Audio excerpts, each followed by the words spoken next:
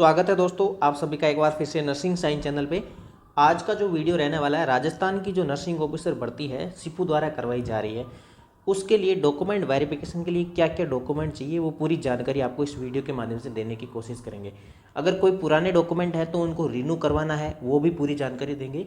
बस ध्यान ये रखना है कि आपकी वैकेंसी कब तक क्लियर होगी, ये बहुत जल्दी होने वाली है। आप किसी भी प्रकार की जितनी भी अफवाहें हैं उन सब का खंडन करते हुए आप अपने काम को अपने हिसाब से देखिए, ठीक है। अब नर्सिंग ऑफिसर की जो सुनवाई है कोर्ट में वो 14 अगस्त को है। उससे पहले पहले आप अपने डॉक्यूमेंट पूरे तैयार कर लीजिए। 14 अगस्त को फाइनल डिसीजन आ जाएगा, उसके बाद में आपके डॉक्यूमेंट वेरिफिकेशन स्टार्ट हो जाएंगे। तो शुरू करते हैं। सबसे पहले ये जो सीपू के द्वारा जो नोटिफिकेशन दिया हुआ है, ये फिलहाल अभी जो वैकेंसी है ईसीजी एंड टेक्नीशियन और जो डेंटल टेक्नीशियन होते हैं उनके डॉक्यूमेंट वेरिफिकेशन के हेतु जो दिशा निर्देश दिए वो, लेकिन इसको आधार मानते हुए अपने को क्या करने हैं कि जितने भी अपने जो नर्सिंग ऑफिसर के लिए डॉक्यूमेंट चाहिए वो इससे अपने अंदाज़ा लगाकर अपने डॉक्यूमेंट पहले से तैयार कर सकते हैं। देखो, ज़्यादा समय नहीं मिल पा रहा है डॉक्यूमेंट वेरिफिकेशन के लिए कि आप अपना डॉक्यूमेंट जब डेट आए तब रिन्यू करवाए, उससे पहले ही जितने भी डॉक्यूमेंट है रिन्यू करवा लीजिएगा, कोई दिक्कत वाली बात है नहीं, ठीक है। अब शुरू करते हैं। ये जो नोटिफिकेशन है इसमें पहला पॉइंट दूसरा पॉइंट छोड़ दीजिए, क्योंकि ये उनके लिए है जो इस पोस्ट के लिए जिन्होंने फॉर्म अप्लाई किया था, लेकिन अपने लिए जो तीसरा पॉइंट है वहाँ से शुरू होता है, ठीक है। तीसरे पॉइंट में क्या लिखा है कि जब भी आपकी डॉक्यूमेंट वेरिफिकेशन की डेट आएगी तो उस समय आपको फिक्स वहाँ जाकर अपनी अटेंडेंस देनी पड़ेगी अपने डॉक्यूमेंट वहाँ पर वेरीफाई करवाने के लिए, ठीक है। जितने भी डॉक्यूमेंट है वो आपको पूरे ही पूरे वहाँ पर क्या करवाने पड़ेंगे, पहले से ही कंप्लीटली आपके पास में रिकॉर्ड रखना पड़ेगा। दस्तावेज सत्यापन हेतु उपस्थित होने वाले अभ्यर्थी संबंधित पदों को भरे जाने हेतु जारी विज्ञप्ति का भलीभांति अध्ययन कर ऑनलाइन आवेदन का प्रिंट आउट, आपने जो ऑनलाइन फॉर्म भरा था उसका एक प्रिंट आउट चाहिए, और उस प्रिंट आउट में आपका क्लियरली आपको सामने आपकी जो आवेदन आईडी थी वो नंबर, सीरियल नंबर और जो आपने फीस पे की थी उसकी एक जो रिसिप्ट होती है वो भी उसमें मेंशन होनी चाहिए।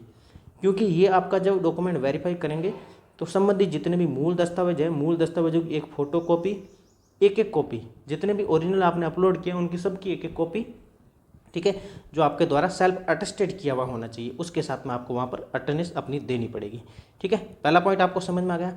दूसरा है कि आपकी जो डेट ऑफ बर्थ है उसके वेरिफिकेशन हेतु आपकी 10वीं की अंक तालिका या फिर प्रमाण पत्र, जो 10th का कई लोगों को सर्टिफिकेट मिलता था पहले, बाद में जब मार्कशीट और सर्टिफिकेट दोनों साथ में आने लग गए तो फिर एक ही कॉमन हो गया। तो अगर किसी के पास में दोनों है तो दोनों ले जाएं, अगर एक है तो दो एक ले जाए, ठीक है। जिसमें आपकी डेट ऑफ बर्थ अंकित होनी चाहिए, वो जरूरी है। ये आपका डेट ऑफ बर्थ का वेरिफिकेशन के लिए जरूरी है। आरक्षित वर्ग यानी कि जितने भी रिजर्वेशन कैटेगरी थी, चाहे ओबीसी, एससी, एसटी या फिर एमबीसी या फिर कोई ईडब्ल्यूएस है, इसके अलावा कोई भी है, तो वो सारे के सारे अपने जो निर्धारित फॉर्मेट है उसके अंदर राज्य के सक्षम अधिकारियों द्वारा जब पिता के नाम से जारी प्रमाण पत्र प्रस्तुत करेंगे, ठीक है। क्या है, आरक्षित वर्ग के अभ्यर्थी यानी कि अपने फादर के नाम का जाति प्रमाण पत्र प्रस्तुत करेंगे। अन्य पिछड़ा एवं अति वर्ग पिछड़ा वर्ग के अभ्यर्थी नवीनतम जाति प्रमाण पत्र एवं 1 वर्ष से अधिक पुराना जाति प्रमाण पत्र होने की स्थिति में नॉन क्रिमिनल श्रेणी में होने संबंधी शपथ पत्र साथ में लेकर आएंगे।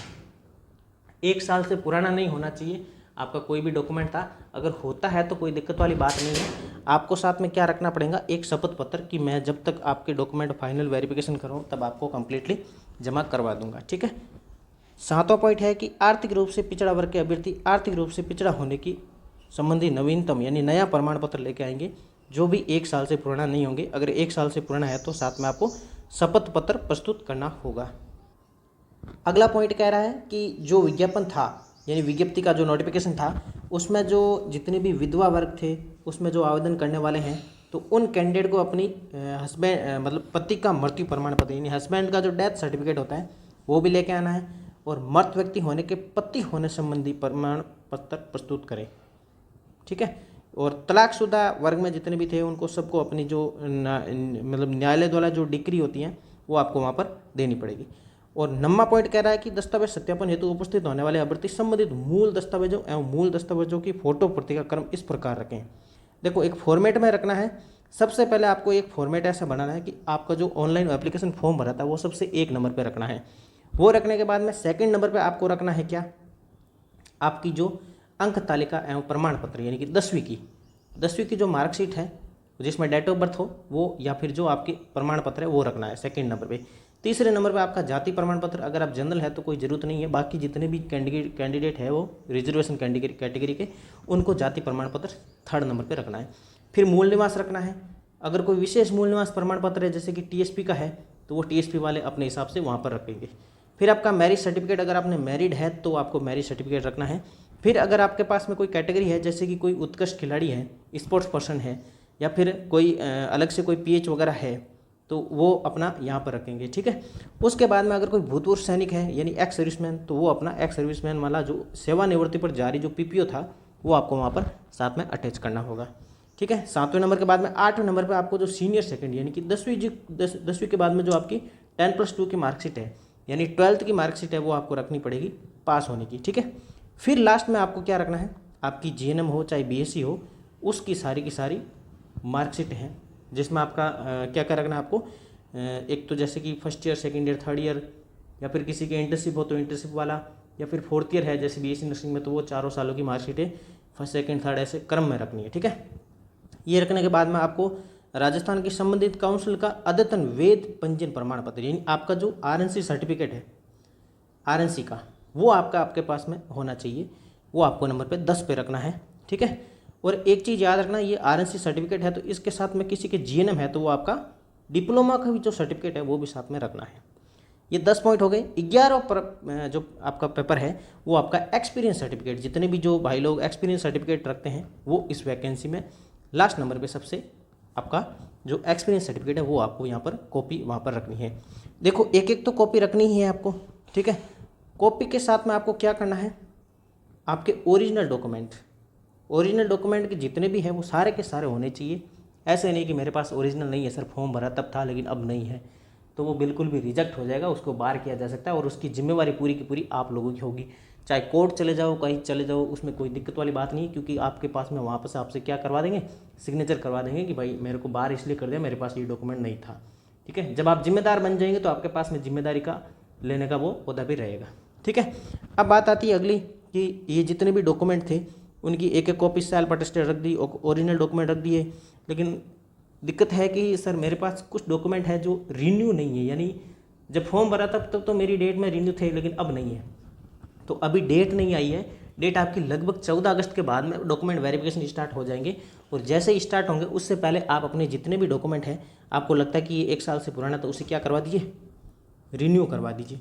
तब तक आपकी रिन्यू होकर आपके पास में आ जाएंगे, कोई दिक्कत वाली बात है नहीं।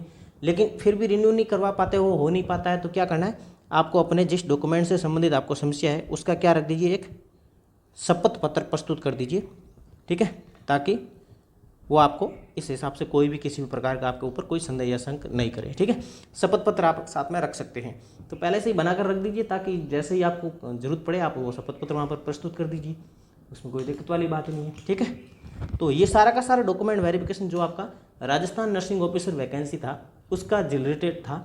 अगर किसी भी प्रकार का आपको लगता है, कोई डाउट है या सजेशन है, या फिर मेरे से कुछ सजेशन चाहते हैं तो आप मुझे डायरेक्ट यहाँ पर कमेंट कर सकते हैं कमेंट बॉक्स में।